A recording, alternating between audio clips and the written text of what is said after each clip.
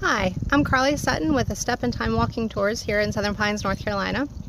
And I'm here today to talk to you about a little known figure in American Revolutionary War that happened right here in our backyards. Literally for me, I actually used to live in these woods back here when I was a little kid. So this is literally in my backyard. But we're going to be speaking about Mr. Kenneth Black, and today we are actually here at his family cemetery, which is pretty much all dates from around the Revolutionary War, mid-1700s and beyond. And there are about 34 graves here. This area is really not known at all. Actually, when I grew up here, we had no idea the cemetery was here.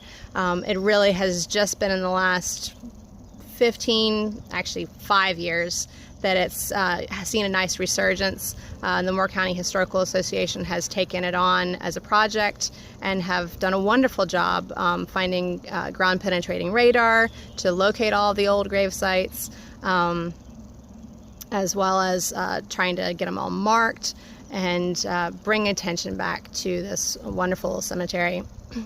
Now, Mr. Kenneth Black, like so many other Scots, came to this area in 1740 and settled here in the upper Cape Fear River Valley. Most of the Scots came in through Wilmington and just sort of came up the Cape Fear River. And so he ended up here along with two other prominent families who had settled in this area. The Blue family over in what is now Aberdeen, and the Shaw family in what is now Southern Pines. And Mr. Kenneth Black had his farm pretty much halfway between the two.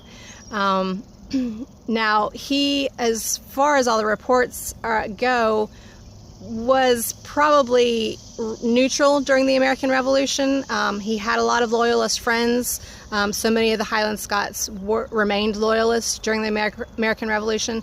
But he did try to remain neutral as possible. Unfortunately, that didn't work out too well for him, as we'll see. Now, one of his loyalist friends was Miss Flora MacDonald. She actually is quite infamous in Scotland for her assistance in helping Bonnie Prince Charlie escape after the Battle of Culloden in 1745. She was 24 years old at the time and was jailed for it.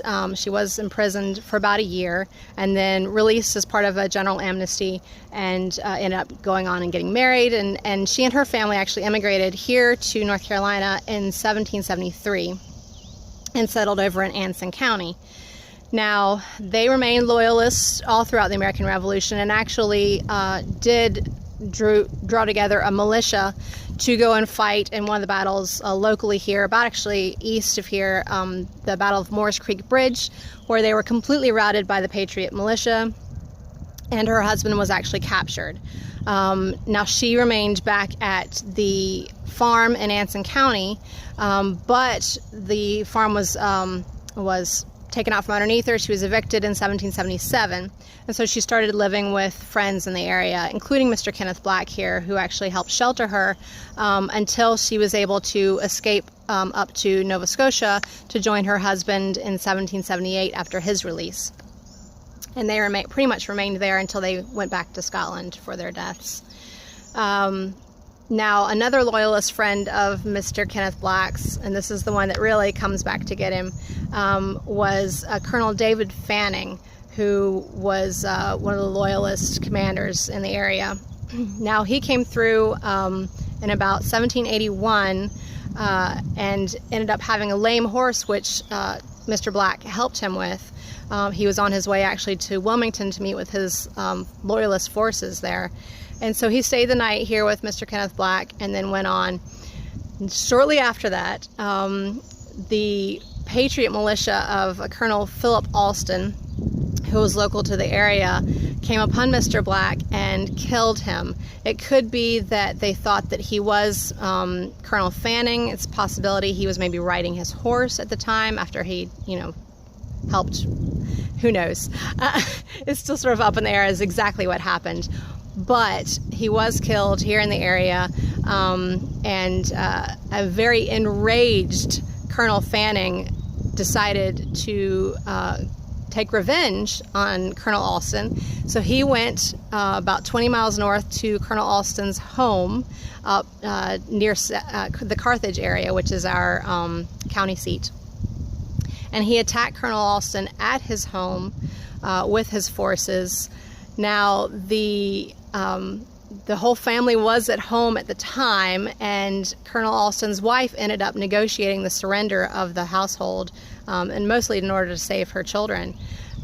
So she's sort of the hero of that. Now, that battle is reenacted every August. It's called the Battle of the House and the Horseshoe up there in Carthage, and it's a wonderful reenactment, and they do a great job showing life of the time period, butchering and blacksmithing and all of that kind of stuff. So I highly recommend, if you ever get a chance, to go check that out. It's a wonderful sight. The House on the Horseshoe is called that because it's in the middle of a very deep bend of the deep river. So it actually horseshoes around the house and the land, which is absolutely beautiful. So if you get a chance, go check it out. But when they talk about that battle, it's rare that they bring up Mr. Kenneth Black, who really was the impetus for it. So I figured I'd sort of fill in a few of the blanks here today and get a little more information. So as you can see, we have the cemetery here. There isn't a whole lot left of it. It had pretty much disintegrated until 1916. There were only a few headstones left by that time. 1960s, it really started to gain a little bit of a resurgence. People started being interested in trying to preserve it. And then in 2000 and 2015, the Historical Association really took it on as a project. And like I said, they did ground penetrating radar out here, and were able to locate all of these grave sites and get them numbered and marked. And they've done a wonderful job. So if you ever get a chance, come check it out. The grave site is just a little bit further up here, and I'll show you that in a minute. But yeah, a little bit of history right here in our backyards, going along with the American Revolution. So this is the actual grave site of Mr. Kenneth Black, as well as his wife and a few of their children. You can see it's still surrounded by the original wall. They've tried to recreate that as best they could, all the way around here.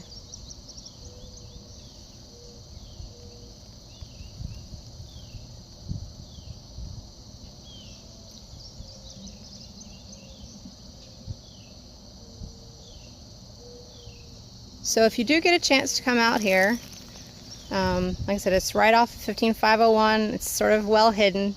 I'd be happy to, if anybody wants to come see it though, I'd be happy to give you directions. Just send me a message.